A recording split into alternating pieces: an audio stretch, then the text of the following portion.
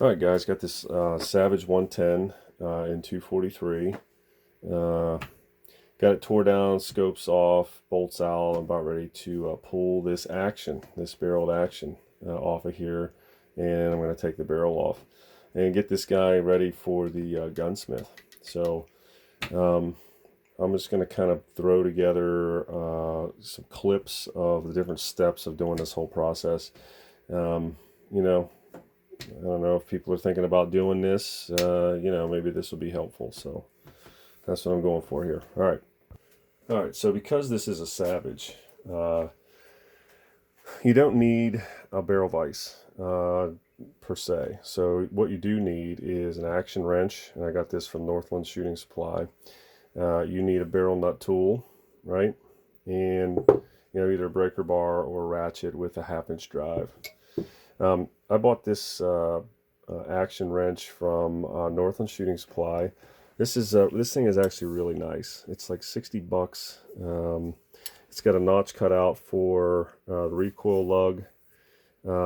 It also has if you're going to do like a Remage barrel swap, it has a hole cut in it to line up the Remington action with a quarter 28 screw, which that is also included in the kit. I haven't used it yet. But anyways, it's basically all you need. 2 wrenches, you're going to turn the nut off, and then the barrel's going to pop right out of this thing. So I'm going to get this thing loaded up. All right, so I got this thing cracked open, cracked loose, I guess. It's pretty much just finger tight. No, I'm just kidding. I had to take this thing out to my garage and stick it in a freaking vise and get a big cheater bar. It's really on there. So, but once you crack the nut, right, the barrel comes. I mean, it's loose, right? This thing is ready to come out. So, I'm gonna pull this. I'm gonna pull this barrel, and I want to get a look in the inside of that action. A couple videos ago on this thing, I had the bolt lug kind of rubbing on, the action screw and all this other stuff. So I'm really interested to see what the action lug surface looks like. So I'll get this barrel pulled off of here and get rid of the wrench, and then we'll take a look at this action, and then we'll talk about getting rid of this trigger too. All right. Anyways, there you go. That is a barrel removal for a Savage actions. Pretty straightforward stuff.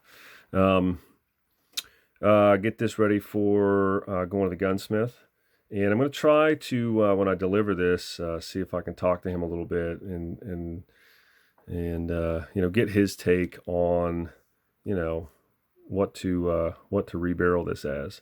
Anyways, there'll be more a couple more clips to this overall video. Anyways, the next thing I got to do, and the kind of the last thing I need to do, is to pull this trigger off of this thing. This is the pre-Accu trigger Savage deal here. So, and I did a trigger job on this thing, oh man, forever ago.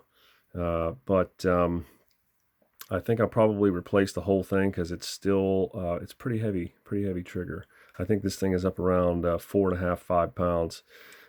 So anyways, it's pretty simple to pull this trigger on this guy. There is a single pin right here that goes all the way through, right, to this side. Couple watch outs on this thing though. Some of these, I've changed out some of these triggers before where the pin was pushed in from the other way. Actually, you want the button head side of this thing, right, the shoulder side of this, to be on this lever side with the spring and the bushing, right. That will help you kind of get the thing started and be able to keep track of the spring and the bushing. Because I'll tell you what, when it's on the other side, and as soon as you get this thing going, this stuff wants to fly out.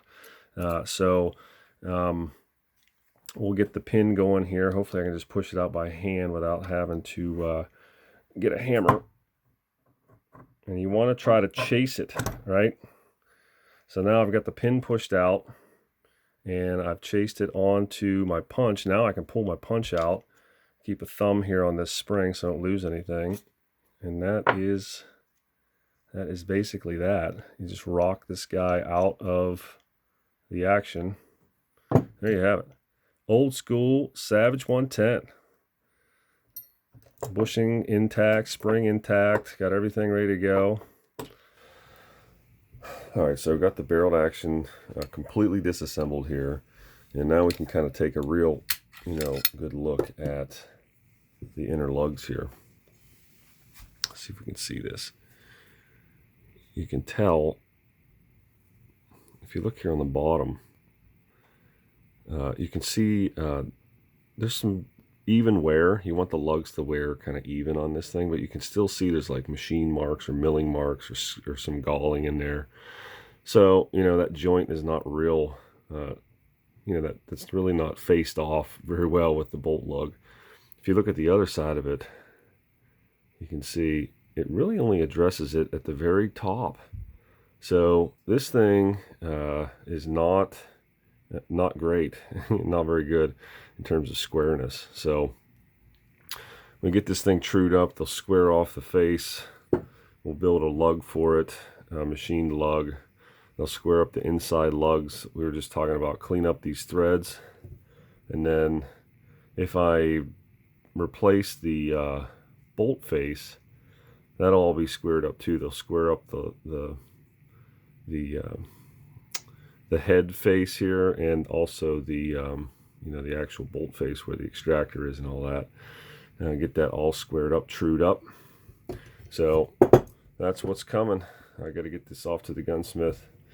Should be a fun little build here. So stay tuned for more on this guy.